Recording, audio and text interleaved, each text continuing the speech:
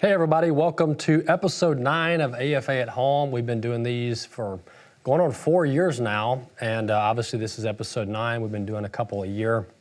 And what we do in these episodes is we hope to bring you truth, we hope to bring you God's Word, and we hope to bring you encouragement for how you can live godly lives and how you can teach others to be disciples and to pass your faith to the next generation. And so today is a special episode, one of the ones I'm probably most excited about. I try not to show favoritism, but I am now. As you know, this is America's 250th anniversary this year, coming up on July 4th. And our theme for this episode is One Nation Under God, celebrating 250 years of America. We're coming to you from WallBuilders Library in Aledo, Texas, just west of the Dallas-Fort Worth area. Home to one of the largest private collections of founding-era documents and materials. We'll talk more about that here in just a little bit. As America celebrates our 250th year as a nation, American Family Association thought it fitting to devote an episode of this series to help our audience rediscover what motivated our founding fathers to put their lives on the line for independence and ultimately for liberty.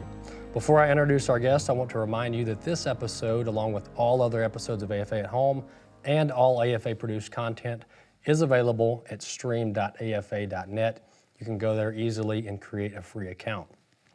Let's jump to the introduction of our guest. Many of these folks, all of them actually, will be familiar to those of you who listen to American Family Radio, keep up with American Family Association. Stephen McDowell is the first one that I'll introduce here, not in a particular order. Stephen's founder and president of the Providence Foundation and a George Washington expert. I can attest to that because I've read his book on George Washington, one of his books on George Washington. Stephen has written extensively on America's founding history and fathers. He has been leading spiritual heritage tours with my dad, Tim, for nearly 3 decades in Washington, D.C., Williamsburg, Jamestown, and Yorktown, among other places. And now Stephen hosts a podcast on American Family Radio called America's Providential History.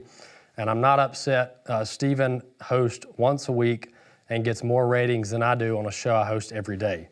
And Rick and I host the show, but Stephen outpaces my podcast rankings, and so he outpaces both of us together. Yeah, exactly. One against two, and he's still out. We're both. That's because I'm twice as old as you guys. Yeah, there you go. Yeah, I'm casting shade on Rick and speaking of Rick Green is founder and president of Patriot Academy, a former Texas state legislator, also known as America's Constitution coach.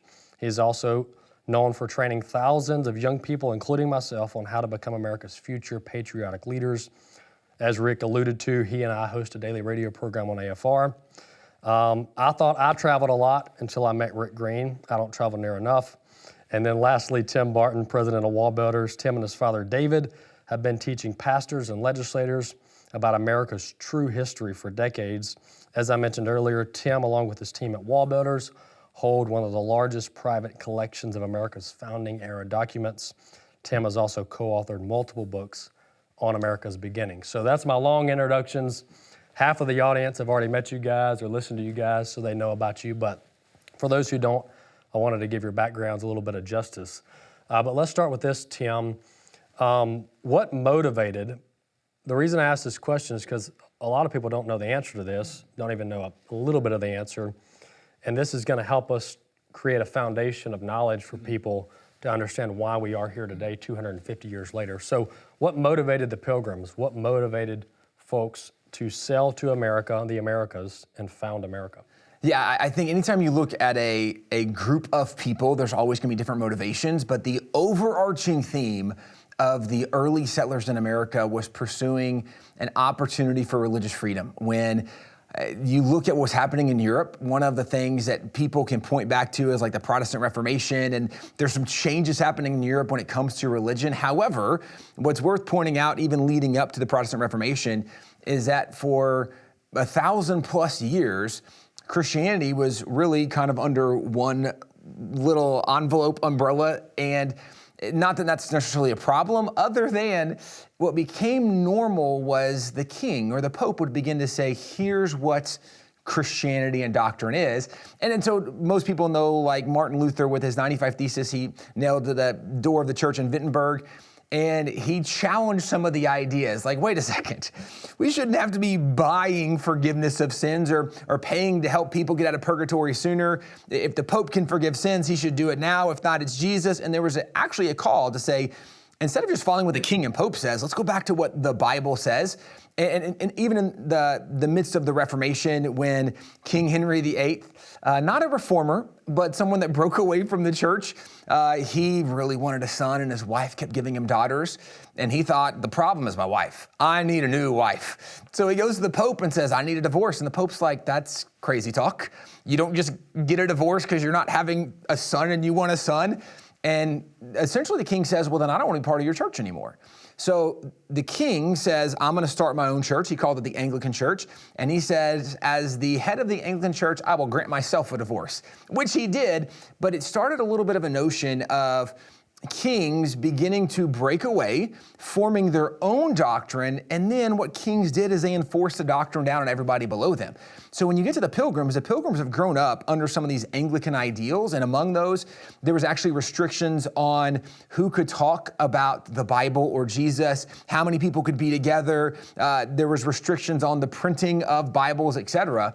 And it's part of what leads the Pilgrims to go to Holland, trying to find a little more freedom, a little less restriction under the king, and ultimately coming to America. But it wasn't just, when people think of America today, they often think of freedom. Well, there were specific freedoms they were looking for, and it was specifically the freedom of religion, the freedom to worship God according to the dictates of their own conscience. That's what led the Puritans to America. After the Pilgrims come in 1620, the Puritans, they're the ones that tried to purify the Church of England over the next decade approximately. And finally, they realized the Church of England doesn't want to be purified. And so there's the Great Puritan Migration in 1630. There's about 1,000 Puritans that come. It's estimated over the next 10 years, about 20,000 Puritans come to America. And this is what you begin to see, is there are new colonies being formed by people escaping Europe, looking for, more than anything else, religious freedom coming to America. So the American shores were the most heavily populated by people of faith looking for a place they could worship God without having the king micromanage how they had to do that. Wow. Stephen, the trek over here, us folks, nowadays wouldn't fully understand it, the whole sailing across the ocean with limited food and supplies. But this was no easy task. This was no like, hey, let's jump on a plane, and if it doesn't work out, we'll just go back. We'll go back to the king, right? This was a pretty brutal environment. Just from a survival standpoint. So talk about some of the sacrifices they went through just to get over here. Well, William Bradford wrote a book every American ought to read, Of Plymouth Plantation, the first great historical and literary work written in America about America, where he does, by the way, he mentions 4 things why they came. We want to be able to freely worship God according to the dictates of our conscience. We want an environment where we can raise our children in a godly manner. And a third thing, it's interesting, there's a lot of textbooks today that ignore the influence of God in their life, but some will kind of be magnanimous and say, okay, they came for religious and economic reasons. Well, the economic reason, as Bradford points out, it was so difficult in Holland economically that some of their brethren back in England said, we'd rather suffer in jail in England than come over to Holland because it's so difficult. So Bradford said, if we could find a place where it's going to economically prosper, all our brethren will come and worship God freely. That was their economic reason. 4th, lastly, and which was not least, a great hope and inward zeal they had of laying some good foundation, or at least to make way thereunto for the propagating and advancing of the gospel of the kingdom of Christ. Those are the words of William Bradford. And so, as you said, they didn't have enough money to get here themselves. They had to, in essence, get a bunch of businessmen to back their adventure, to enable them to come. 66 days they were at sea, half of which times the storms were so bad they couldn't come above deck, that they were blown providentially hundreds of miles north of their intended destination. They intended to sail in the north part of Virginia, but when they sighted land, they were up at Cape Cod, tried to sail south, couldn't due to the weather. The captain said, you guys are getting off right here. And so that's why we have Plymouth in Massachusetts where they settled. But they were faced with a winter in New England. I was just there that last week on the Cape Cod, and there was a blizzard out there. So this is what they had to endure with no one to welcome them. I encourage everybody, go get Bradford's history and read it. He so marvelously provides an understanding of what they had to face, the difficulties and the starvation those first 2 winters they had to go through with their daily 5 kernels of corn was their daily ration during one of those winters. Then they were met with by Native Americans, some rather fill their sides full of arrows than help them, as Bradford would say. So they were faced with no inns to welcome them, no people that lived here, and facing a brutal winter, and they brought their whole families with them because we're going to find a place. We're going to follow God's leading. We believe that we are going to be even as stepping stones, Bradford said, so that others, like the Puritans, could come and establish this free land of America, built upon Christian self-government, Christian liberty. That was the vision they had. We're going to build a whole new society that honors God, and we benefit from that today. Yeah. Amen. Rick, I don't think that America survives another 50, 100, 250 years without a true appreciation, at least by maybe not a majority, but a large amount of the populace, an understanding and an appreciation for what Tim and Stephen are talking about here, because this is true sacrifice. And if you don't know how you got here and why you got here, then how do you maintain it, right? How do you steward it well? And so this is why we do what we do. This is why we're doing this video, so people understand America's true history.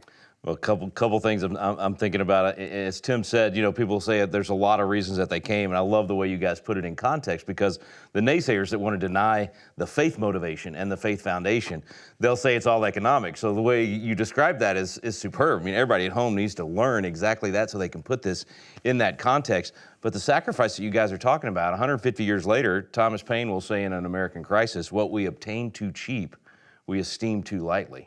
And I think what you just said is exactly where we are. We've obtained our freedom, our generation, very cheap. And so we esteem it very lightly. And so the 250th gives us a chance to be reminded of this sacrifice, reminded of this foundation, so that we know what we have truly is valuable. And frankly, redefine what we have. Instead of, Tim, you said it, not just this freedom to do anything and everything. What freedom were they really coming here for? And it was that freedom to worship. If we don't get back to those definitions and teach those things, I think you're right. We won't have another 250 years should the Lord tarry. We have all the right ingredients, all the right principles are there, but it's up to us to rediscover this history and then put these principles back in place. Yeah. I was just going to say, you make a good point. We need to define what is liberty. Yeah, true. The modern mindset is, I'm free to do whatever I want to do. Yeah.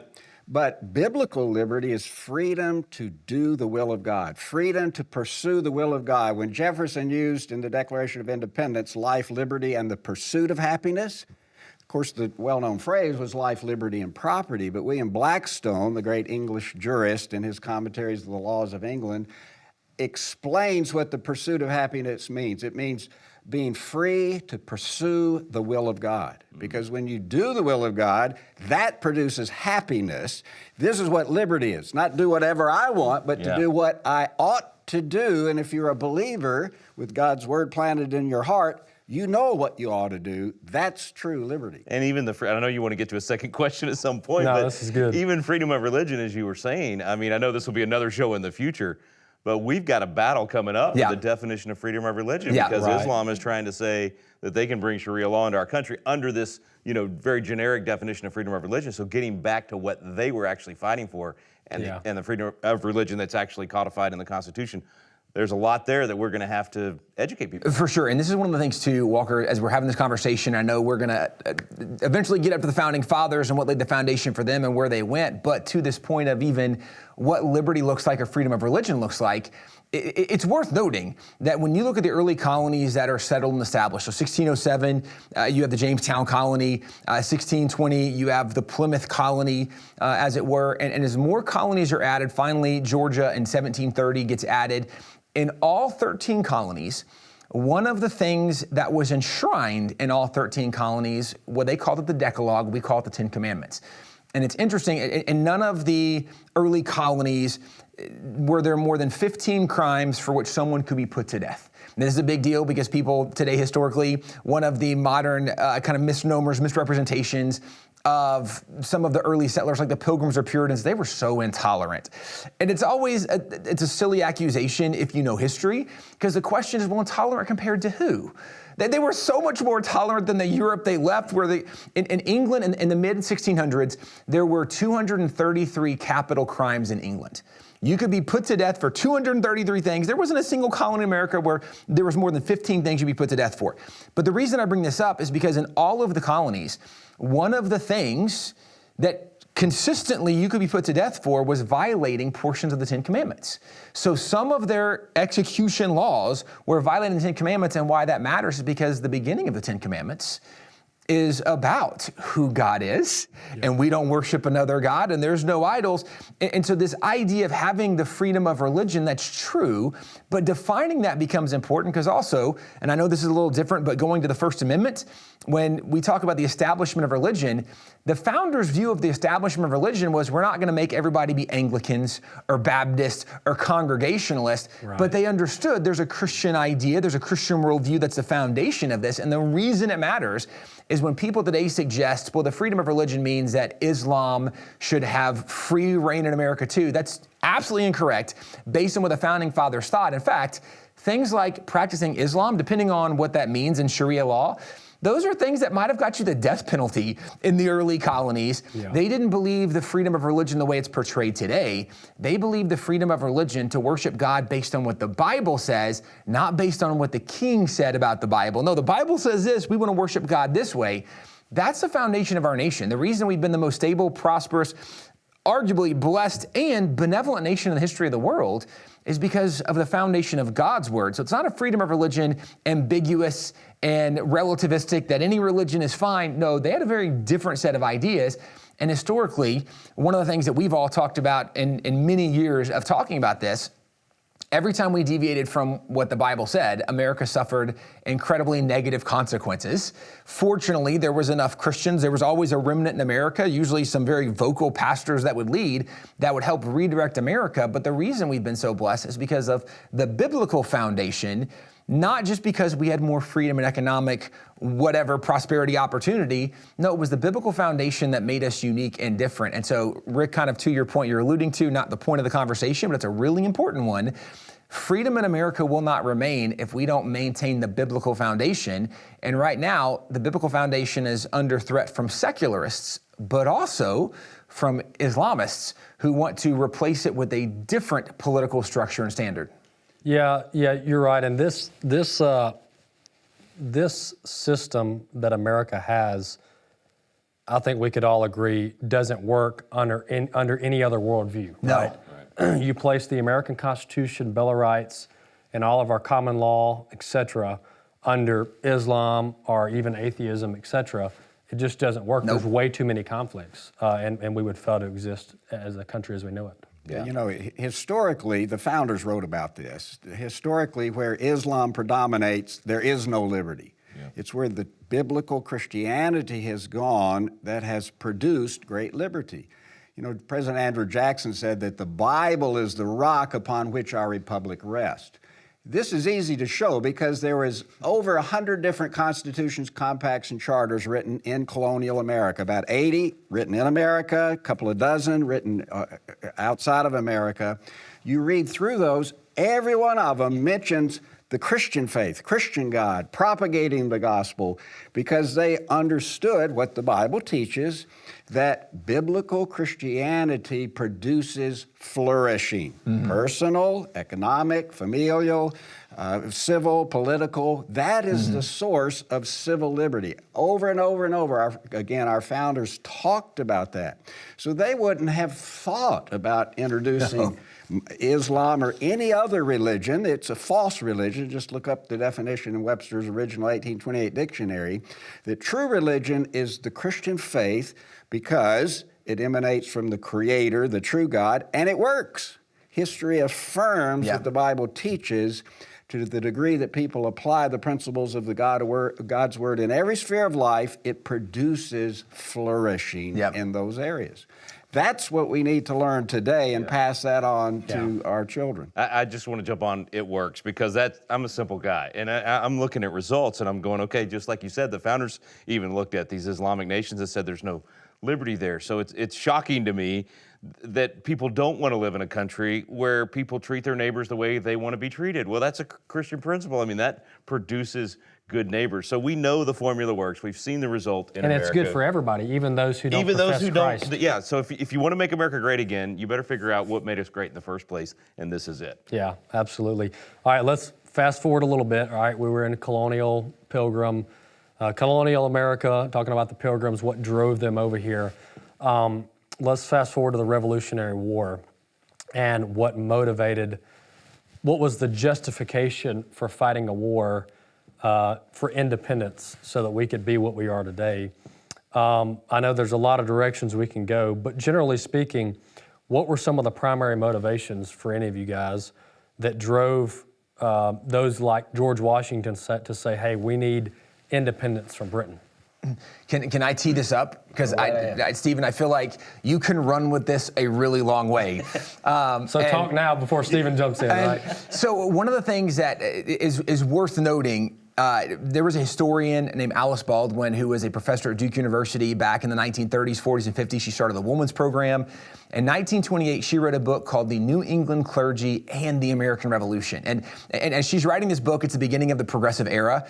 And it's worth noting, she kind of starts off and says, these modern professors are leaving out one of the most important parts of the foundation of the nation, and it's the influence that pastors had in the founding.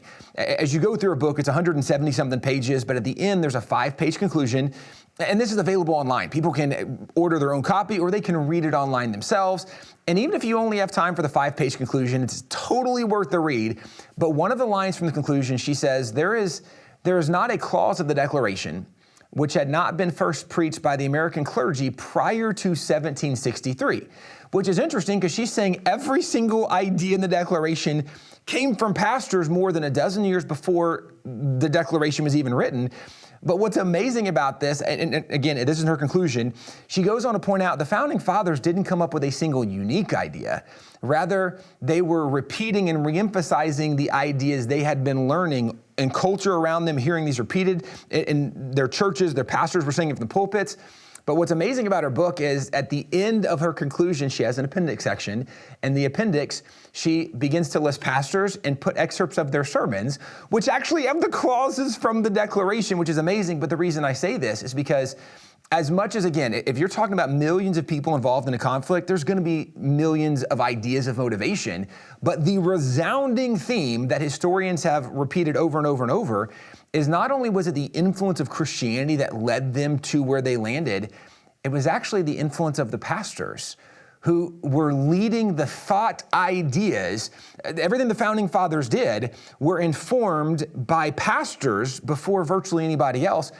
Pastors were the ones shaping the thinking of the Founding Fathers, even arguably some of the least religious, because we could talk about like if Franklin wasn't very religious, comparatively. I think if you read some of his writings, he was more outspoken on faith than many pastors are today. But it's worth noting that Franklin, actually in his own journal in 1739, is when he first writes about this encounter, but he says, there's this new guy in town.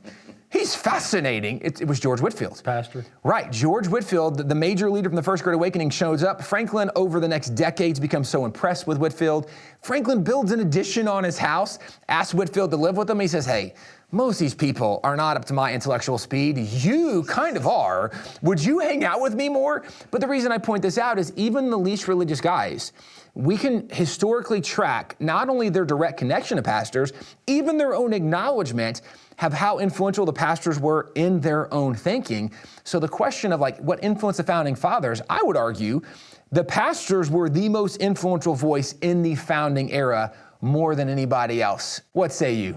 I agree with you. You know, one early historian summarized early America this way. He said, the people made the laws. Now, this was unique in history. Most people lived under rulers' law. Rulers made the law, imposed them on the people. The people had nothing to say. And they said, but in America, the people made the laws, and then, the historian said, the church made the people. So the church developed the character and worldview in the people to know how to construct good and godly law and want to live under it. And just read the Declaration of Independence. That second paragraph reflects this biblical training when they said, we hold these truths to be self-evident, that all men are created equal and endowed by their Creator with certain inalienable rights, among which are life, liberty, and the pursuit of happiness. So what motivated them is they recognize our rights are God-given. They come from God. They emanate from Him. They're not given by government. They're not given by man, hence they can't be taken away. They're given by God, and we will stand and defend our rights and liberties. So when they're violated, when their rights as Christian citizens, when their rights as British citizens, where the rights as men of the earth were violated, as Sam Adams wrote about in his famous document of 1772, when they're violated, we're going to take action. We're not going to sit back and let them run over us. Right. So they took biblical measures to resist the tyrant, and the pastors taught them this. There's steps. You protest and take legal actions. They began to do that way early, at least 10 years before the fighting started in the war. They were protesting. If you read the Declaration of Independence, all the things the king did, he did this, this, and this, and one, he taxed them without their consent, and they said, this is not right. You're violating our rights. We're protesting, and they did that for 10 years. The second step is flee. You protest, then you flee. By the way, the Bible teaches these steps too. We had already done that. We fled from Europe. And here's the long arm of tyranny reaching across the sea. And then the very last thing is you use force in self-defense. So they protested for years. And then finally, the king backed them in a corner and fired upon them at Lexington and Concord. They were just standing there, and it was a defensive war and a just cause they believed was sinless. And they were there ready to defend their God-given rights and liberties because they recognized the value of that. Americans today need to do that, and we need to resist in those three steps too. Take protest, legal action. That's where we are now in doing that. So that's a summation Stephen, of why. Will you add to the part of Jonas Clark and what he teaches the congregation? Because even what Captain Parker says, right? It's on the stone there. Really fun. We got to be there last year. Maybe again this fall we'll be back up in Boston. But Jonas Clark is the pastor there at Lexington Green. He's the one teaching the people. Will you tell a little bit about his story and kind of the framework that's even on stone there? Well, Jonas Clark was the pastor of a church in Lexington. And, you know, on that day... This is dangerous, by the way, because by the time Stephen McDowell gets done with this, I'm going to be grabbing one of the Barton's muskets over there, ready to charge some hill. No, I'm sorry, go ahead. This is so good. I know, Rich. So it was that morning, April 19th, 1775, the British troops marched in. That day, 8 were killed, 10 were wounded, men on Lexington Green. And Lexington Green, by the way, was the lawn of the church, Jonas Clark's church. That's where the fighting had begun. Most of those men that died were members of his church because he had been teaching, as you pointed out, for years. All right, we protested, but we got to be ready to defend ourselves if it comes to it. So when they turned out that morning, the British fired upon them. It's called the shot heard round the world. Jonas Clark said, from this day shall be dated the liberty of the world. Wow. Because this instituted our War of Independence, and we won that war providentially because of God's hand in our life. And because of that, we became a unique new nation, never seen before. And we have been an example to the nations of the world of free nations.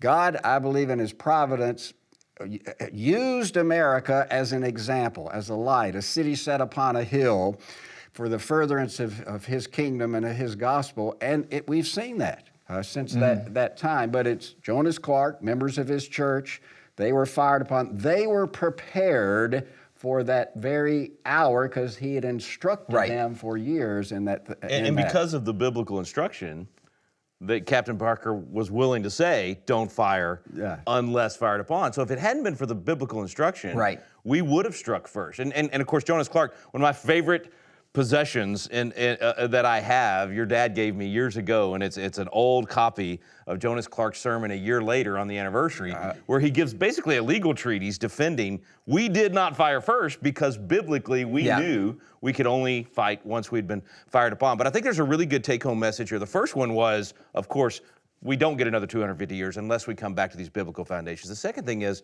the church has got to be strong for liberty to be strong in our country.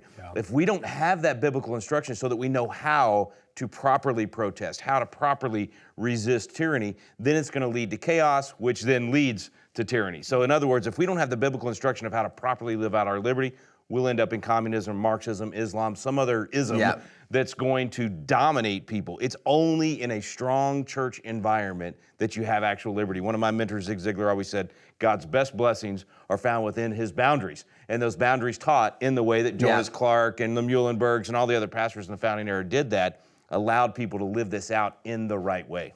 Well, and two worth noting, like even this idea that it was a defensive war because that they believe God doesn't give you the authority to go on offense. And this goes back to just war theory. You can go back to Augustine and lots of early writings in kind of church history. But it's interesting that what they were doing to defend, they didn't show up with their guns until the British said, we're coming to take your guns and your gunpowder away. And that's when they're like, yeah, you can't have these. That's where they drew the line in the sand, because there's a lot of people today, of very impassioned patriots who are like, let's just get our guns. Well, that's dumb for lots of reasons. Like lots of reasons that's dumb, but also recognizing like, where is the line in the sand? The line in the sand wasn't our taxes are too high. It wasn't you're keeping soldiers in my home making me, go through the grievances. There was 27 grievances on there. And the majority of those, that's not what actually led to bloodshed. What led to bloodshed, and again, it's pointed out, they didn't fire the first round. What led to bloodshed is when the British showed up and said, we're taking all your guns and gunpowder away. And they're like, yeah, you can't have our guns. Because one of the things historically we can track very easily when dictators come to power, one of the first things they do is they disarm the people. Why? Because now there's nobody that can oppose. And then you're defenseless. The will.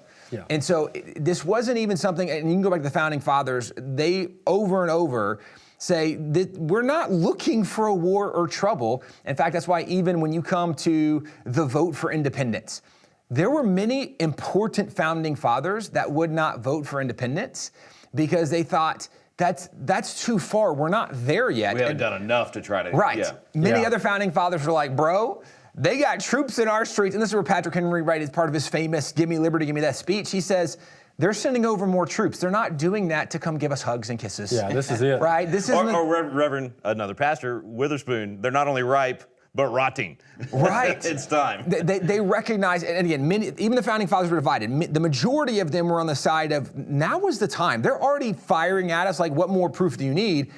But backing up this idea, these were not people looking for revolution. These were people that wanted, as much as possible, peaceable, amicably, to settle this. And I'm saying this because I do think there's some rising emotional urge in America today. And I think there's a lot of things, tension, that are increasing it. And I think we have to be very prudent in what we do and walk with a lot of wisdom, right? Wise as serpents, innocent as doves. When the time comes, by all means, we should be courageous enough to stand up and defend what needs to be defended, but we shouldn't go looking for trouble. The majority of the Founding Fathers were not looking for trouble. There might be a couple exceptions, like maybe John Adams, he was looking for trouble. There's a few of them that might have been, but the majority of the Founding Fathers were not looking for revolution. It was forced upon them. This was a very sobering thing. This wasn't. Let me add, they also understood if we're resisting a tyrant, which they were, we have to implement what they called interposition. Interposition is finding a lower legitimate official to champion your cause. You work through legitimate officials when you're resisting the higher illegitimate person. That's why it was their local representatives on the state and local levels who stood up and said, yes, the king is violating our God-given rights. So It's an important lesson for us today. We don't just pick up arms because we have a tyrant ruler. You got to calculate the cost. One, Jesus said, and if I'm going to lose, why even take up the battle? But you always want to work through legitimate officials who will support you in the cause. And doing that biblically also prevents you from having the French Revolution, the mob, rule. Instead, you're going through this organized biblical process to do it the right way. And I think it's also not only to kind of calm those people out there that may not be working through this, but also I think some people that don't believe like us, they view us as being like so willing and ready. We just want to go to. It's the opposite. Look at the mobs right now in Minneapolis and these other places that are literally attacking law enforcement. Our side doesn't do that. Why do we not do that? Because of this biblical foundation and this recognition that you work through those representatives. There's a time to show up in mass and protest. I mean, peaceful protest is a really important part of what we have. But if we don't go through those right steps, we end up in that French Revolution chaos where whoever's the strongest wins. Yeah, and remember, 10 years at least they've been protesting, fired upon in April 75, 14 months of fighting. They were, fighting then, July of 1776, only then, and by the way, in December of 75, the king kicked them out, said, I've had enough, kicking you out. They were in what they would call a state of nature, that he had abdicated his governance over them. So then they had no choice. We've got to form some kind of government, and then even hesitantly, because they were very principled thinking individuals. And this is the greatest example of a Christian revolution that there is in history, that we can learn a lot from. They weren't rebels. Let's just have a big, gun, pull out our guns and shoot everybody. It wasn't that at all. Very principled. Yeah.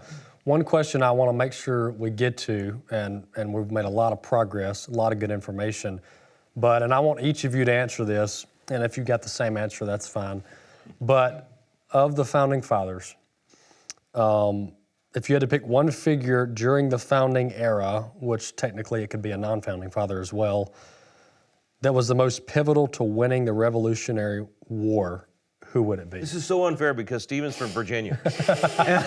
So, Tim and I want to have a Texan, and Texas wasn't around yet. Davy Crockett was so important. Sam Houston. No, wait, we're not going to. No. Oh, we got to let the Virginian go first. You got the best ones to choose from. Well, that's an easy answer. Everybody has the same Somebody first here answer. wrote a book on a guy. Maybe George something?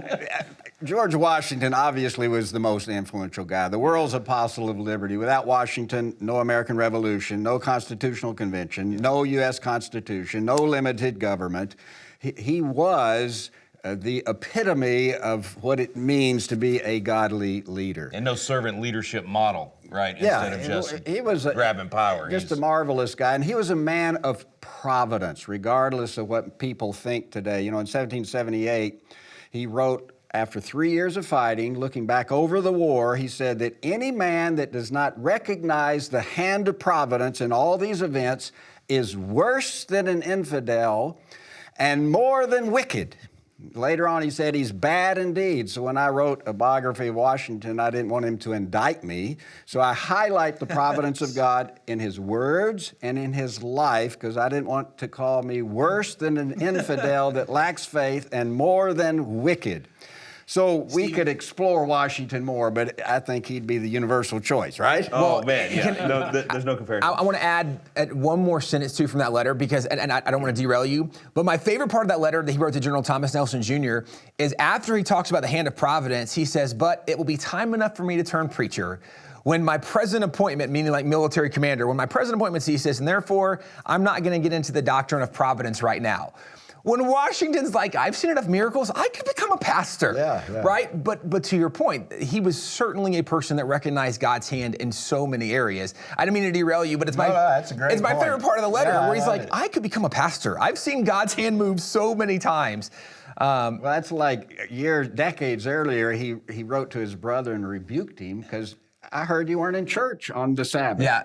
So why weren't you there? You ought to be like me, going, to church and worshiping God. So he wasn't very overtly a man who declared his faith all the time, Right. but he was a man who was strong. And those who knew him best, who grew up in his home, his granddaughter, adopted daughter, and secretary, Tobias Lear and others, acknowledged here is a man of faith. And so it was his Christian faith that was key to his career and his accomplishments.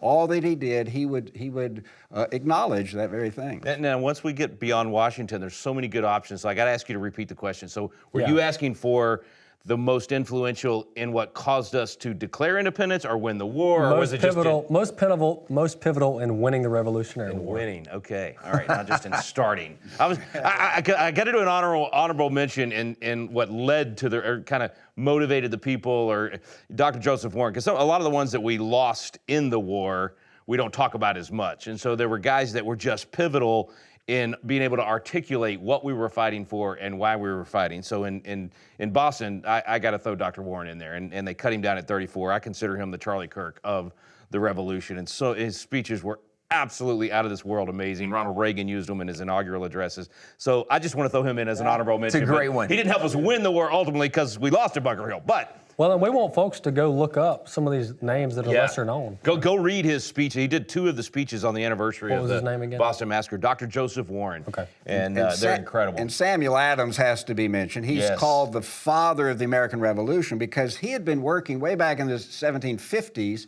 traveling around to the universities and mentoring and training youth, like you're doing, the Patriot Academy, training youth, because he recognized we've got to produce the seed. And he was a bit of a rabble-rouser. I think I just found a new hero. Yeah. This is... look him up. So he was key in laying the groundwork for when these events took place, people saw and recognized and were ready to take action. Yeah. I'm going to add a couple of names just for people to look up. When the revolution starts, we don't have any kind of funding. And so a lot of the founding fathers themselves took out loans, used their own funds to pay for militias, to pay for the cause. But you have guys, the 2 people considered the financiers of the revolution early on were Robert Morse, but then a Jewish man named Haim Solomon. And they're the ones that secured some of the first loans to be able to fund the Continental Army and things we were doing. And so Robert Morse was signer of the Declaration, so he's a known figure. A lot of people don't know who Haim Solomon was, but there's a very famous statue of George Washington shaking 2 people's hands. Well, he's shaking the hands of the guys that helped fund the revolution, and it was Robert Morse and Haim Solomon. So without the early funding, it would have been hard for the revolution to happen because you can't pay troops and they're not going to stay and they're going home, right? So there were some basic things early on. But I would also go back and point out, like Rick did with Joseph Warren. Joseph Warren was one of the guys who was the inspiration of the Sons of Liberty, committees of correspondence. Joseph Warren is a friend to so many of the founding fathers, and so his leadership was incredibly influential. Well, a guy in that same vein was the Reverend George Whitefield. Specifically, not that he was necessarily a friend to all the founding fathers, but he was a guy that actually his influence was felt by the founding fathers. Because when you go back, the first time the founding fathers came together was September 6, 1774. There's a great letter from John Adams to Abigail where he's recounting the story, and he says that the first motion was made by Thomas Cushing of Massachusetts, and it was that we should open with prayer. And this was met with much disagreement because in the room there were people, when the early colonists came, the colonies were formed largely by certain denominational sects. And so that's this colony. At the time of the founding fathers, 9 of the 13 colonies had state-established religions.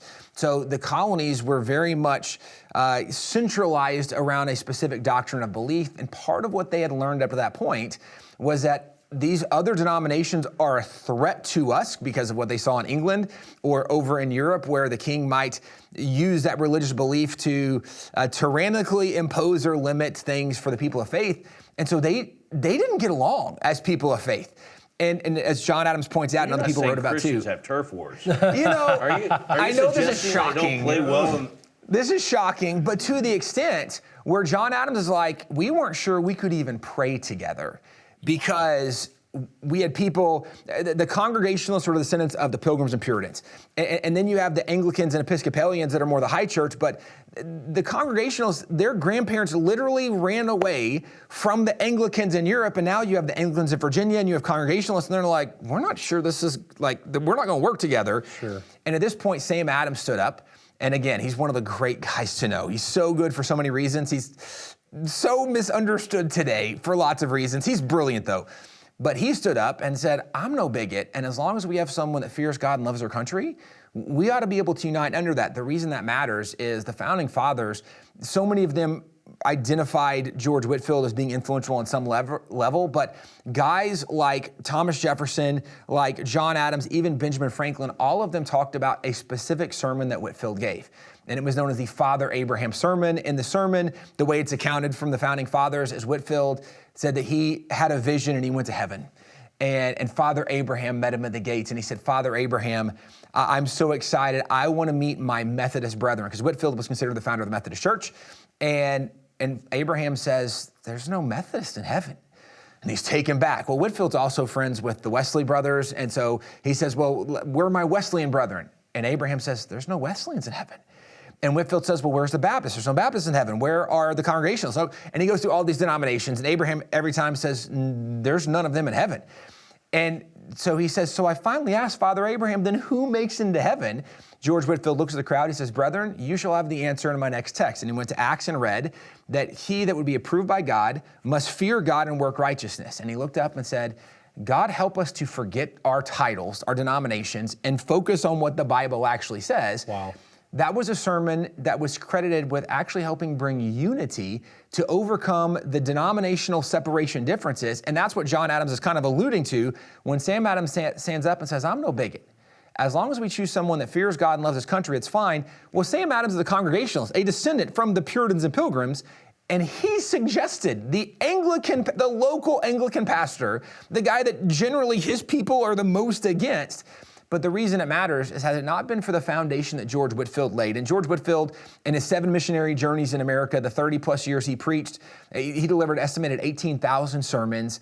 It's estimated 80% of Americans physically heard him preach. Had it not been for the groundwork that George Whitefield laid, America, the founding fathers, they probably don't unite. And if they don't unite, we never get to the revolution. So I would say not only are there names worth noting, like a Haim Solomon, who helped bring funding to the revolution, but even guys like George Whitefield, that so often the obvious name, which is correct, George Washington, that's the obvious and correct answer. Yeah. You can include a Thomas Jefferson, you can include a John Hancock, a Franklin. There's a lot of names. Totally. I'm just helping the Virginian out here. Yeah. I think we should just read off all the signers right now, right? But there's a lot of names that we don't have validity that should be included, but then there's guys that are overlooked today, and yet without their influence, it's possible we go a very different direction, and we never would have become a nation had it not been for the foundation of Whitefield. So I would say, in addition to the obvious correct answers that have been given, guys that are maybe not connected with but should be, or maybe a George Whitefield might be a really good name that's not obviously connected like a Jefferson or Washington or others. Sure. And I would recommend people just start reading stories, because there's so many unsung heroes that we don't talk about, and these guys have written incredible multiple books on this. Yeah, so many of these unknown names, Peter Francisco and Dicey Langston and Sybil Luddington. And so you can find, teenage girls that were heroes at moments, and orphaned boy. I mean, just incredible stories, because sometimes when we only talk about Washington or Whitefield or whatever, people think, well, I'm not a Washington or I'm not a Whitefield, so what can I do for the next 250th? Sure. And we just want everybody to know you've got a role to play in this as well. So let's fast forward a little bit throughout America's history. I want to talk about times where obviously some of us weren't alive, or probably for a lot of these events, none of us were alive, but times throughout American history where you look back and you go, I'm just not sure. People at the time were thinking, I'm not sure we're going to make it through this. I'm not sure. Where we've overcome in the past. Yeah, whether it's the World Wars, whether it's the Civil War, there's all kinds of events throughout American history when you have a 250-year-old nation. But what times do you guys think, looking back over the last 250 years, what times do you think post-Revolutionary War, post-independence, you look back and go, we barely made it? I don't know, Stephen, what was it like in the Civil War? He's our elder, but he's not that elder. Those muskets were heavy. They were heavy. This is a great question, guys. I want to say that there are many incidences. Obviously, the Civil War was a very challenging time, but to me, I think that the most dangerous time is that which was not recognized as a dangerous time. I would say in particular the rise of secularism in the nation is what happened. You know, a fundamental question Americans should be asking, every nation should be asking, is who is the source of the law of your society? It's fundamental because the source of the law of a society is the God of that society. The source of law in America was the Bible. It's easy to show, read the early laws, constitutions. It's certainly true. But what happened gradually, for a lot of different reasons, we began to shift. No longer do we look to the absolutes of God's Word, the Creator, as our founders did. We began to look to man. And in the 1920s, a guy named Roscoe Pound was the president of Harvard Law School. And he recognized the Christian foundation of law. He did not attack it directly, but this is what he did in his book, The Spirit of Common Law. He said, yeah, Christianity's been good, that ancient law, to get us to this point, but it only can take us so far. If we're going to continue to advance, we need to come up with a different foundation, a different set. So what he suggested is that we need the consensus of man to determine what our law is going to be. And he said that in this condition, the state takes the place of Jehovah. And that's what's happened. We have cast aside the absolutes of God's law. We have embraced man's law, or as that Chief Justice said back in the 1930s, the Constitution is whatever we say it is. And we've looked to the wisdom of man. We will decide what's right or wrong. We will decide what's moral or immoral, lawful or unlawful. That is the greatest danger that we are facing and battling today, and most Americans don't even know it's a danger. And if we don't deal with that, we'll never turn the nation around and see the vision that the founders had for building a free society succeed. It's actually the greatest threat to us, unfortunately, potentially fulfilling what Rabbi Daniel Lapin talks about this all the time. Most great cultures and societies fall apart at 250. So here we are at our 250th. It's about 240 to 260. And we're at our 250th, and if we fall apart, it's going to be because we went towards this, everybody decide for yourself what's right or wrong. Your feelings matter more than the facts, and it causes everything to decay. So we really do have a chance to revive those foundations that made us last 250 years in the first place, if we remember what they are. But I think what you're getting at is the hope that we need to know that we can overcome this great threat before us. And certainly we've had times, I mean, you know, honestly, you think about the Civil War, we're literally brother is shooting brother. We're at war in the streets. Hundreds of thousands of people are dying. I'm sure they had days where they thought, you know, this is not going to last. It's one reason I rank Lincoln as the second most important president, because he did hold it together in what was our most difficult time. But I think today, what you just said is the real threat. Yeah. Well, and people don't view it, some people don't view it as a threat because there's not blood in the streets. Right. You know, it's why Islam now is a cultural jihad, not a kinetic jihad. In other words, they're not going to be, you know, trying to do suicide vests right now. What they're going to do is try to take us over from the inside. But the end result of this secular humanism is the same as having a bloody war over communism. You know. Well, and even because of secular humanism, that has actually led us to some of the cultural Marxism, which is what BLM riots were about. It's what some of the riots right now we've seen in Minnesota, right? Earlier in the year, the reason that has existed is because of the secular humanism, the cultural Marxism that's come in.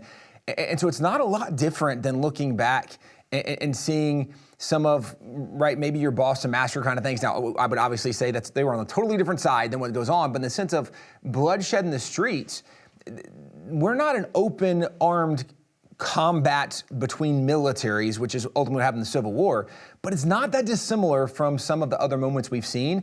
And Stephen, I think you're exactly right. The greatest threat now is that most people have no idea we're in the middle of a cultural war. So that's incredibly important.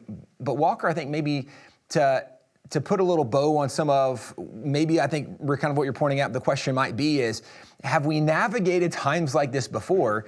It's worth noting that there are many moments where America's been incredibly divided, maybe not more divided outwardly apparent than the Civil War, but what's also there's an interesting parallel that happens. Historically, every 20, 30, 40, 50 years, there is a major move of God in America where there's a major revival in America. And what's interesting is that some of the most divided and secular moments in America are in the middle of major revivals.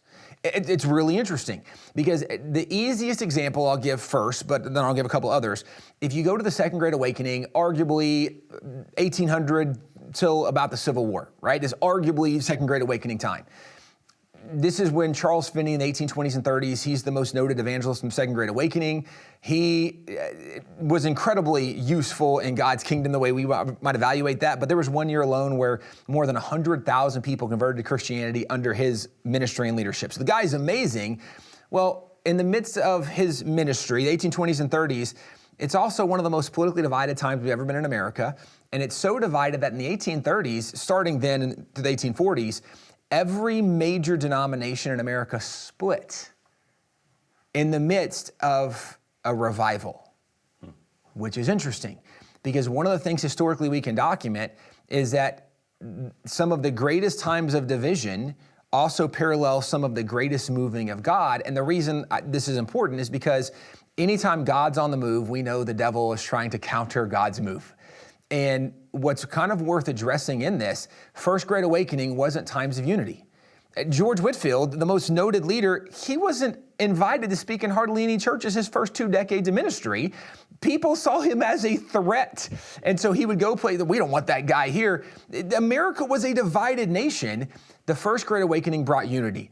The Second Great Awakening, very similar, brought unity, but it brought unity after great conflict. But what's interesting about like the First or Second Great Awakening, God's move, it was not a move of unity, it was a move of clarity. Where truth and morality were debated, ultimately truth and morality prevailed, but it prevailed after incredible conflict, incredible division. Again, because God was moving, but the devil was moving. But we can track this to the present, because you can go to the 1960s and 70s where the Jesus movement happened. There was a great movie that came out last year, kind of tracking some of this. Unquestionably, God was on the move, but in the 1960s and 70s, this is also when you have like the sexual revolution. There's lots of things going on. There was always counterculture movement. What's worth noting about this, and the reason I bring it up now, is because I think we are in the middle of another outpouring of God on this nation. I think it was very obvious the Charlie Kirk Memorial, where there's 100 million people live streaming the biggest church service we've ever seen, right, in our lifetime. I mean, 8 hours of worship in the Word primarily. Yeah. Obviously a few deviations, but generally speaking, it was incredible. Yeah. And then if you look at the last couple of years, there's been revivals on college campuses, baptisms, thousands of people getting saved. God is on the move in the nation. And if you look for it, it's very obvious and apparent. But it's also obvious that we're in the midst of a major battle. And I think one of the things that gives me hope historically, but also recognizing the challenge, not every revival turned into an awakening. In fact, if you go back to the 1960s and 70s, it's clearly a move of God, and yet it didn't stop the cultural decline and moving in a direction of the sexual revolution, whatever else. The reason it was different in the founding era, going back to the most noted voice in the founding era as a unified voice, was the pastors. The reason the awakenings were different is they emphasized the cultural application of the Word of God. We would call that discipleship. When you go to the last 150 years revivals, whether you go to the Billy Sundays, the D.L. Moody's, right, whatever it is, most of the emphasis that we've seen in the modern perspective has been an emphasis on evangelism, not discipleship. And I think where there is reason to be hopeful is I think there are more people now interested in discipleship than we've ever seen in our life. Like a rising generation, young men that want to be discipled, that's so encouraging, because I think what makes a difference historically, God has consistently, faithfully poured out His Spirit every 20, 30, 40, 50 years in our nation's history, and His grace and mercy, thank you, Lord, He's doing it again. And the reason the First and Second Awakening were so impactful and ultimately changed the course and direction of the nation is because people were being discipled in the Word. They took the Word, they applied it to their daily life, and they changed the culture around them. Whereas for a lot of what we've seen the last 150 years, there's been a lot of personal conversion, which has been incredible. Individuals did amazing things. God clearly moved and did things, but there was a minimization of the impact on the culture because a lot of times it was for me, what God did for me, and I'm gonna read the Bible and I'm gonna grow spiritually, but not apply it. I think we are in the midst of not only God pouring out Himself and a move of God in our nation, but I think we're also in the midst of some discipleship happening where, and I think maybe because of COVID impetus, more pastors are speaking out and teaching people how to apply the Bible in cultural ways than ever before. Yeah. So I think historically, we've been very divided as a nation many times. Sure. And God in his grace has poured out himself many times. But I think what's encouraging now is it's not real dissimilar from the first and second Great Awakening, where America was divided. I mean, we're seeing riots in the streets. I mean, newsflash, right? Go back to the 1830s and 40s, bloody Kansas. There were some really rough times in the midst of some amazing revivals. But two things were true at once. God was on the move. There was a counter push by the devil, but because people were being discipled, the people that were discipled were able to overcome the spiritual opposition of what was going on. And I think that's where we are, but only if we can emphasize discipleship, which is why I want to bring this up, because for everybody watching and listening, this is a big deal for us, that we don't just focus on teaching people who Jesus is, but maybe teaching them more how to live like Jesus. That discipleship application becomes far more important. And I think that's why when I look where we are historically, I'm not as discouraged as some people are. Partly also, I think if you read Numbers, you should always go, I'm going to be Joshua and Caleb, not the other 10 people we don't even know their names. Right? Like there's always a God who can overcome the giants of the land. So we always want to believe in that God, and we want to have that mindset of Joshua and Caleb. With that being said, I think there's reasons historically to be optimistic, because I think we're seeing more discipleship efforts now than we have in more recent outpourings of God over the last 150 years. So there's a reason to be encouraged, even though we're in the middle of one of the greatest spiritual battles, and we need to recognize it so we know how to disciple. We're discipling against secular humanism and recognizing where our liberty came from. Maybe we should educate people for liberty. Well, and I can tell you these young people are hungry for it. I mean, the movie you just made, the things that are coming out right now, and the effort to disciple. The timing is obviously God's timing is always perfect, but there's just something happened. There's something special happening. They don't want the empty, shallow thing. They want to be discipled, and for the gospel to apply to everything in life. You know, it really is the boxing of God into just the spiritual arena, or maybe my family, maybe my salvation, but not how I treat my neighbor.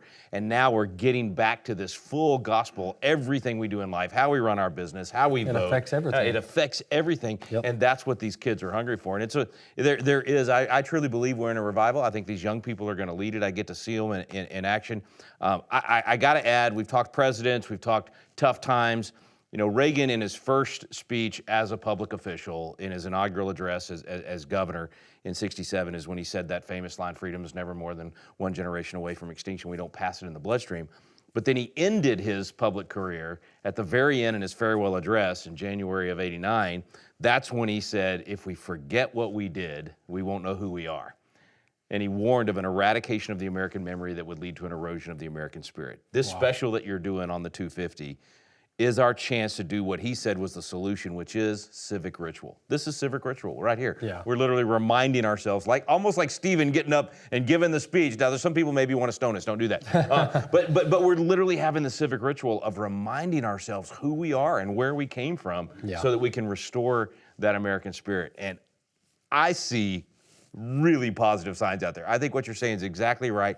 I think the response to what you're doing, I mean, this is our moment. I think God has literally placed American Family Association, Patriot Academy, Providence Family, WallBuilders, all these different organizations. For how long? We've been doing this 30, 40 years for this moment. I really believe that. The 250th is what he's been preparing us for. It's going to be amazing. Hey, man, I've got two more questions that I think our viewers here want to get an answer to, or at least I do.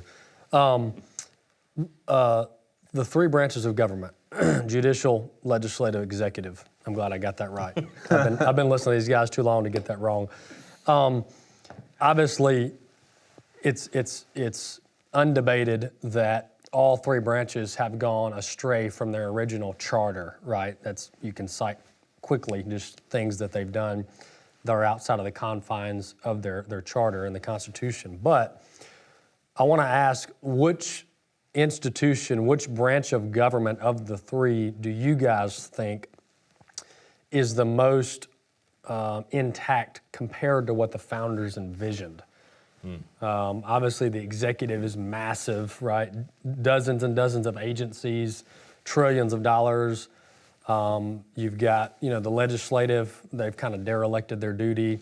judicial, they like to rule on things they don't have the authority to rule on. But if we're looking at glass half full and not glass half empty, because you guys could probably say they're all three bad, they're all three. But which one do you think is most is closest to what it was originally intended to be?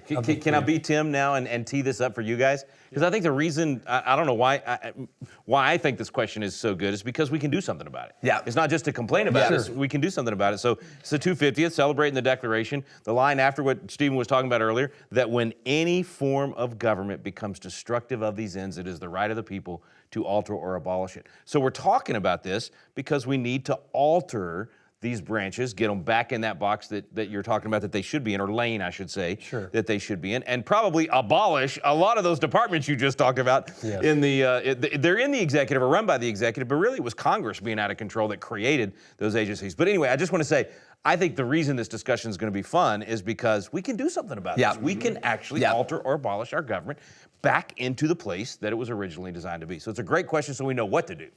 Well, I would say probably the thing that has been most damaging, certainly in the national government, that violates a central component of what the Bible teaches about government. Jesus taught the concept of limited government. Mm-hmm. The Bible teaches government is a divine institution God created for our good, basically to protect our life, liberty, and property. And when Jesus said, they tried to trick him and ask, is it lawful to pay taxes to Caesar or not? And he said, whose image? Well, that's Caesar's image. And he said, render to Caesar what belongs to Caesar, and to God the things that belong to God. This was a civil teaching of Jesus, regardless of what some people say he didn't teach civil things. And this has transformed the world, because what he was declaring is that Caesar is legitimate. God created it. You're to protect us, but your authority and power is limited. There's whole areas of life. See, we're creating the image of God, not Caesar. We don't have Caesar stamped on our forehead. So our freedom of worship, training our children, fulfilling our duties is outside the jurisdiction of Caesar. Limited government is very important, and I think when the national government passed the income tax in 1913, it gave them direct access to our money. Before then, they were held accountable by the states for how much money they spent. And that has led to deficit spending. We all know we've got $8 trillion debt. And when national government can just spend money because they create it out of nothing, they can finance Leering centers. Right. And all kinds of things, because we can get money easy. It's real easy to do. So I think the most important thing we must do is we must limit government. We must limit the amount of money, limit the amount of taxes, limit the amount of regulations.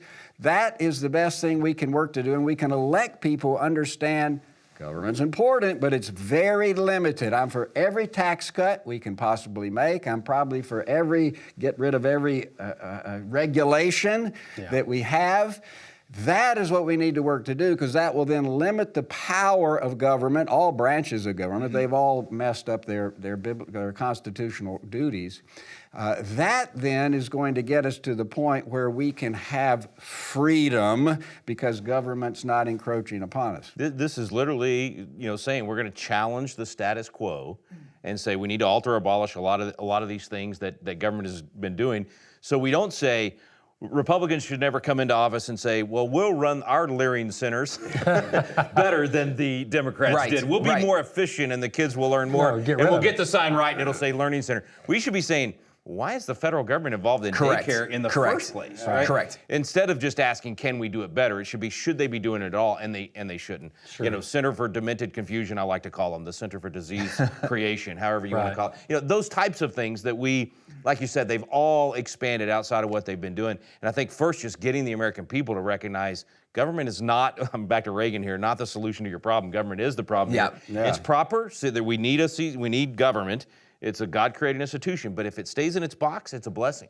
When it gets outside of its box, it's a curse. Well, and you have to follow the Constitution, obviously, and you can't start saying... You're supposed to follow it. Yeah, right.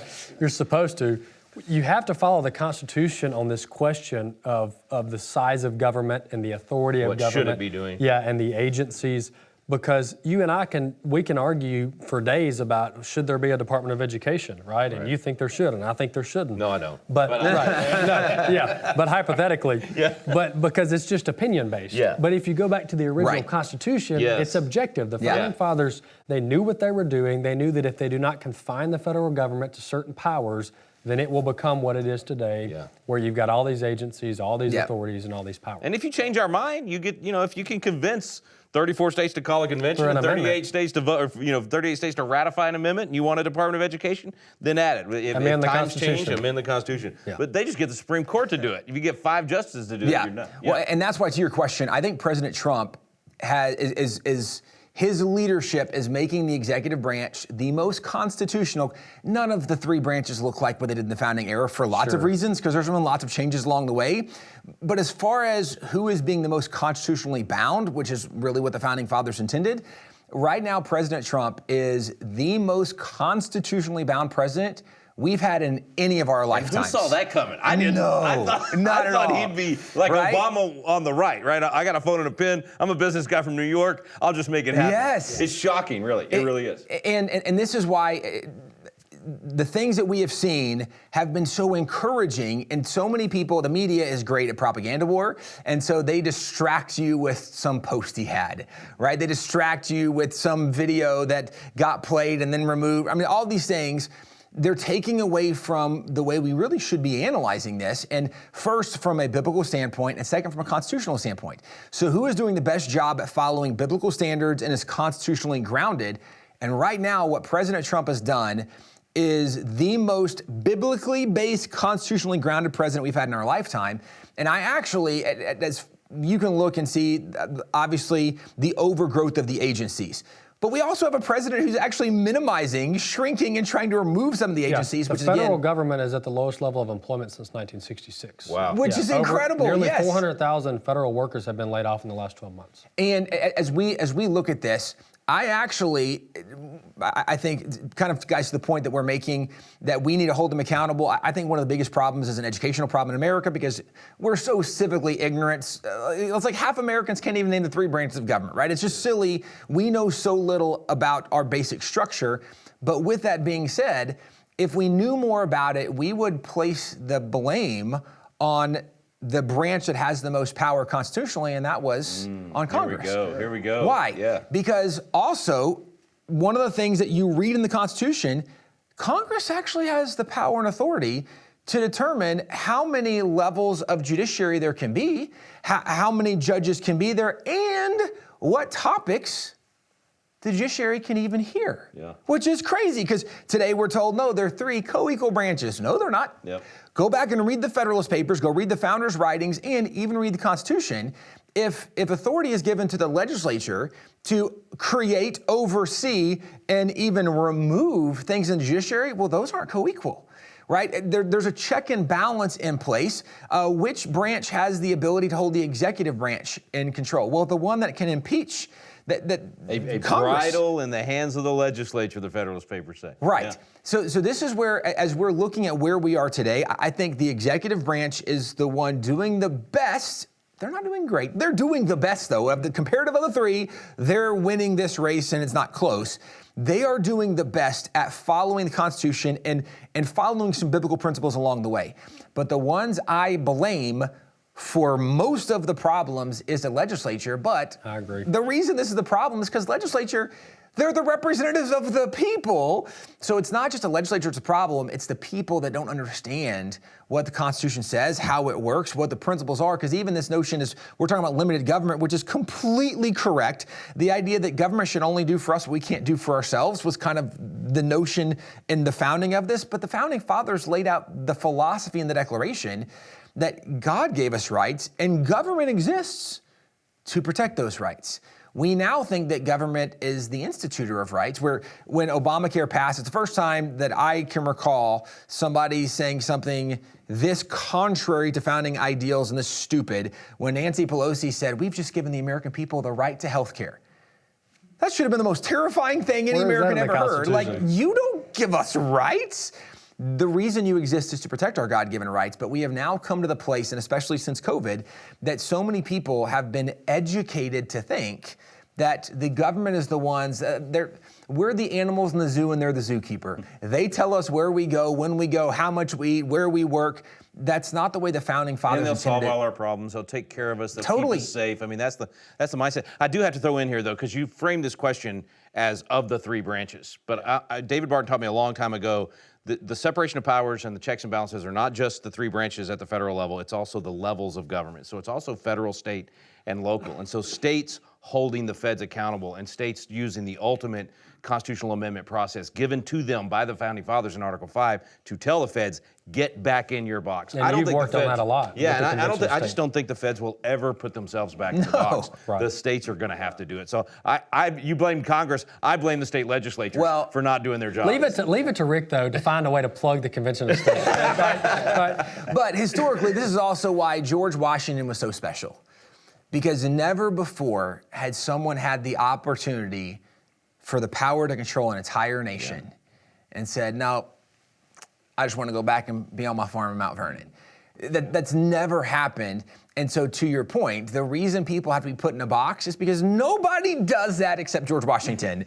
Everybody else, if they can get money and power, they're going to take money and power because, and this is why the founding fathers believed in checks and balances. John Adams wrote, it's because the heart of man is wicked and deceitful and can't be trusted. Quoting Jeremiah. Which is what the Bible says, right? Which informed their ideas. But it's why there has to be the checks and balances. And Rick, to your point, not just of the three branches, but also of the federalism idea, because the 10th Amendment says whatever's not explicitly given to the federal government in the Constitution belongs to the states. Well, you go through the list of all the departments and agencies, that's not in the Constitution, which means that actually is power that the federal government has usurped. From who? From the people. Where? In the states. And because states aren't holding them accountable, saying, nope, you don't have that authority, you can't do that, it's allowed them to become this monster of their own creation without having limitations put on them. We'll go to the checks if you aren't actually bringing balance. I mean, I sat on the Ag Committee and when I was a State House member, and I remember always thinking, why do we need a federal Department of Agriculture? We got this. We can do this ourselves in Texas. You guys can do it in Virginia. Anyway, we have to use the checks in order to bring the balance. You know, the U.S. Constitution, as we've been talking about, limits the power of the national government. Article 1, 18 enumerated powers, that's it. But the Constitution is good law. It's the first Constitution that was really established, an American Christian Constitutional Federal Republic. That's what the founders gave us. It's good law. But William Penn... Well, you did that too fast. Say that again. An American Christian Constitutional Federal Republic. Each one of those words means something very important, unique for our form of government. But as one prestigious literary journal said, that our U.S. Constitution is the most precious possession the world holds or the future can inherit. This is true because it's the political expression of Christian ideas. So the Constitution is good and godly law, but we know that's not enough. William Penn, the founder of Pennsylvania, who wrote the Frame of Government of Pennsylvania, in there said, though good laws do well, we need good laws. They do well. Good men do better. So the founders gave us good law, unlike anything the world had seen. And initially, good men governed it. But what's happened? We got a lot of bad men who think like pagans, don't understand the limited function of government. We put them in a position to try to provide the power to operate our form and framework of government. They can't do it. Why do we elect bad men? Because we have bad citizens. Citizens who don't know how to think biblically.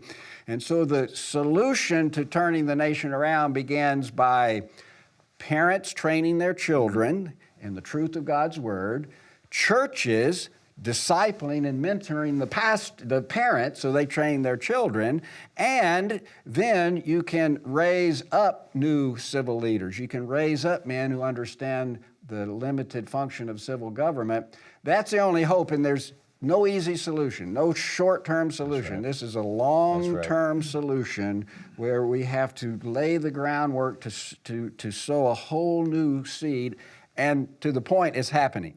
It's occurring because biblical revival it results in the permanent transformation of society through its changed laws and changed institutions. And as both of you have alluded to, we see this. Yep. They're assuming the responsibility Yep. to train their children, 10 or 15,000 Yep. homeschoolers in the 70s, now 3 to 5 million. Wow. A lot of new Christian schools, people Yeah. getting involved in government, there's organizations. The very fact we're sitting here having this discussion Yep. indicates to me God still has mercy on America. Yes. We Yes. wouldn't even be here if I am God shocked. hadn't. I am shocked that you asked that question and this group just talked for about 15, 20 minutes and didn't pick on the courts.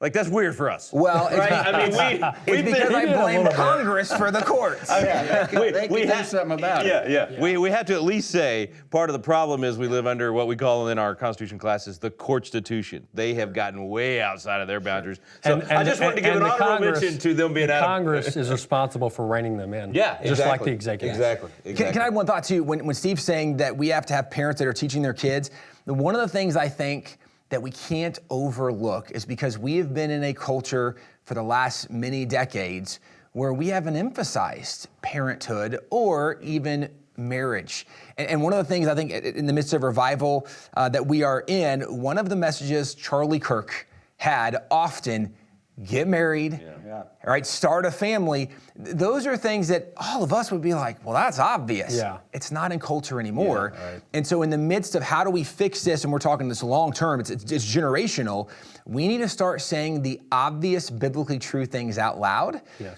Because the rising generation in culture is not hearing that from culture. They're only hearing it from people that have the wisdom of the Word of God to say, hey, here's what you should do, right?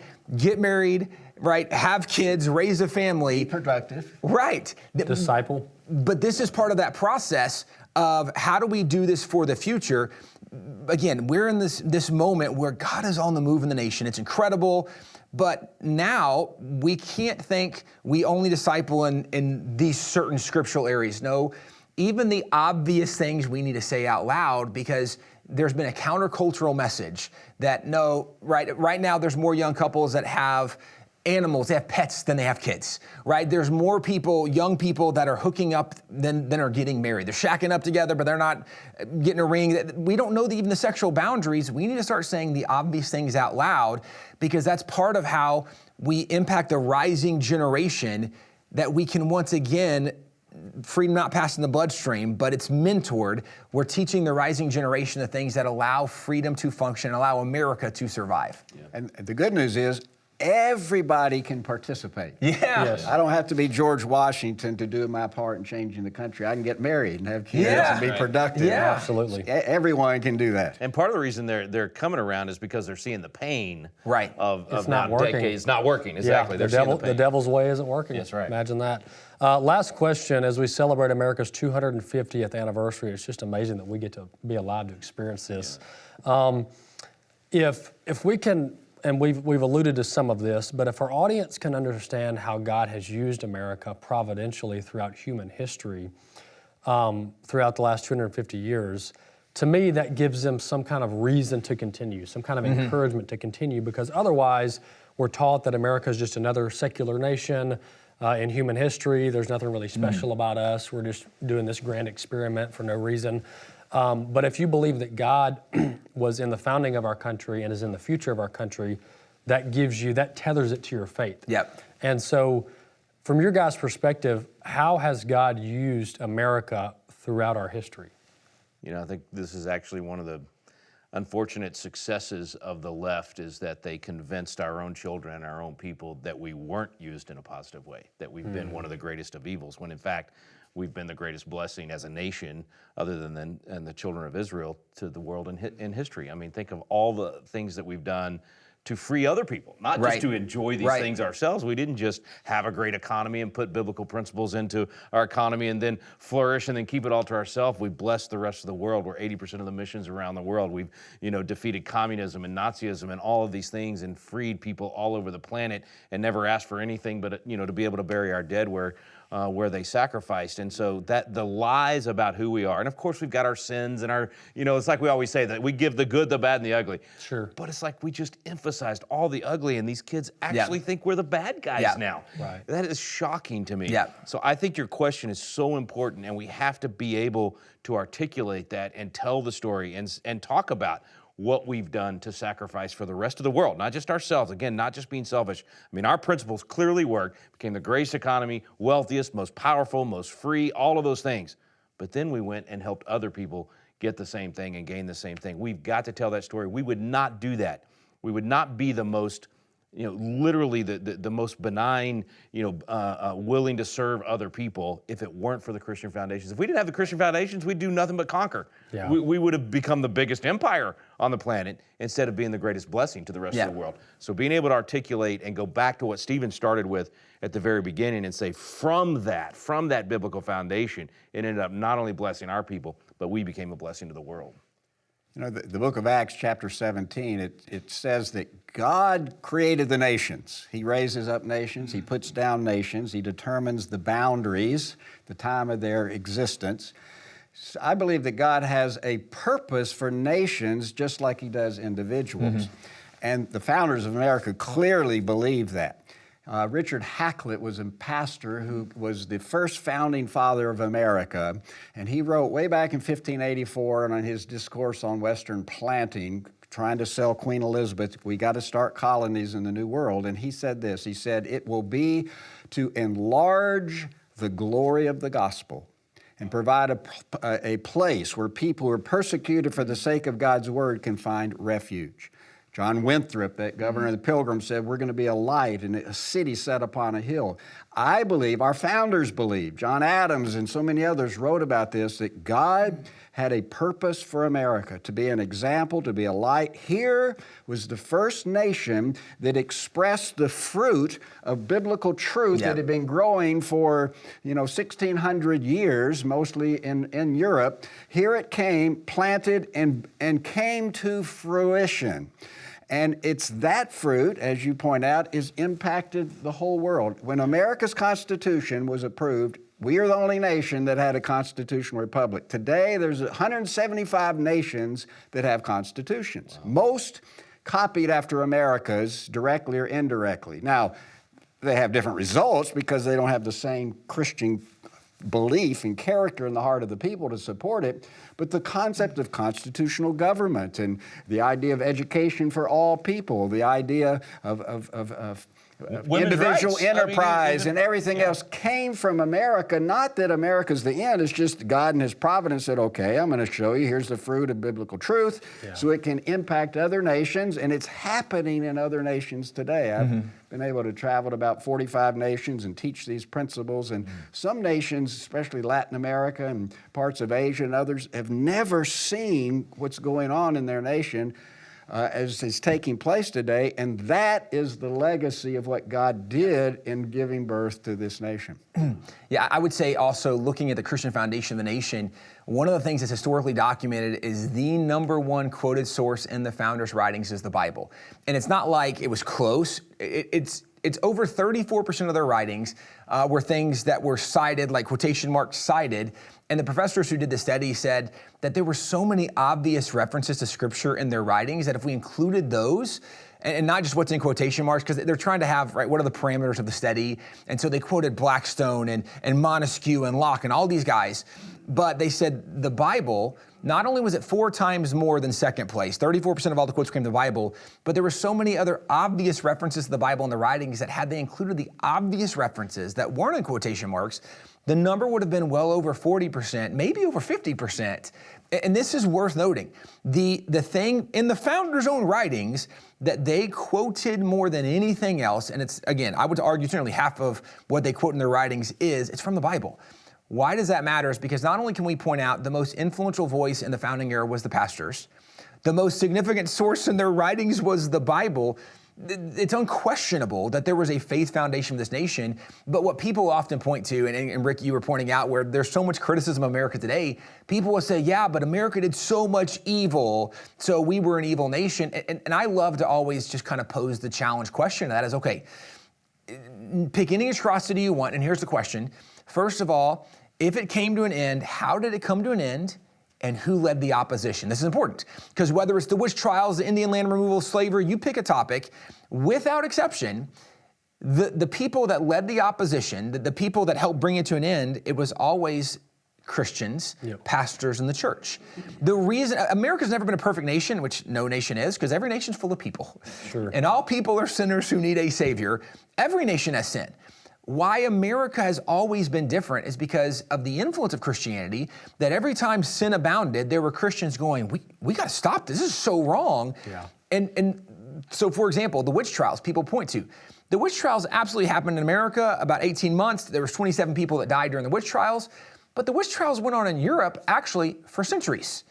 And over those centuries, there were tens of thousands, some argue hundreds of thousands of people that were put to death in Europe.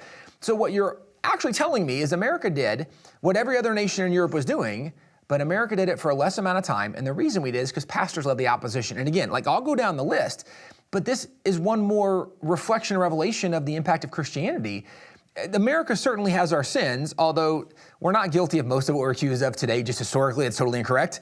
But even where we had those issues, we had them for a less amount of time than anybody else in the world. And the reason was because of the influence of Christianity, because the influence of pastors in the church. And it's the reason why I'm hopeful even today of why we can turn this around is because the same God who's been on the throne the entire existence of American history for all of human existence, he's the same God today. And we have the same opportunities to rebuild and restore. And by the grace of God, we might not have to go through a war, a revolution, a civil war. No, we can do something different. But what makes a difference in America is when Christians get involved. When we lead the opposition to evil, that's when evil stops in America. And again, that's part of the legacy of Christianity. We should celebrate that America had slavery for less time than any other nation in the world. That we fought a war where white people fought white people. At the end of the war, they freed all the black people. No other nation has actually gone to war to free black people. And actually, we can go further because at the United Nations, there's 193 member nations that are part of the UN. There was a study that came out in 2021 that 94 of those nations have still not passed laws to criminalize slavery.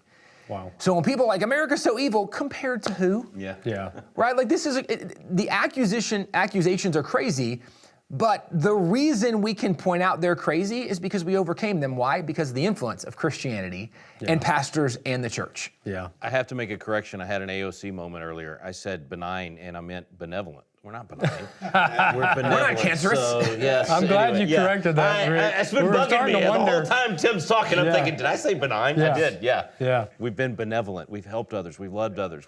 Anyway, sorry. Well, hey, it's not, when you do live shows, you do live radio, you slip up every once in a while. So, hey, at least you got the humility to correct it. Based on our Christian perspective, we offer forgiveness and grace. Thank you very much. That's the only time I've heard you make a mistake. Yeah, right. Back in the 80s, I made another one. It was a long time ago. Hey, this has been thank you for inviting us, man. Absolutely. I've learned a lot, and it's been good iron sharpening, and I think people, if they'll use this, this is the answer, man. This is the answer to get another 250 years. Yeah, Tim Barton, Stephen McDowell, Rick Green, Walker Wildmon. This has been episode 9, One Nation Under God of AFA at Home, celebrating America's 250th anniversary. Happy Independence Day. We'll see you next time.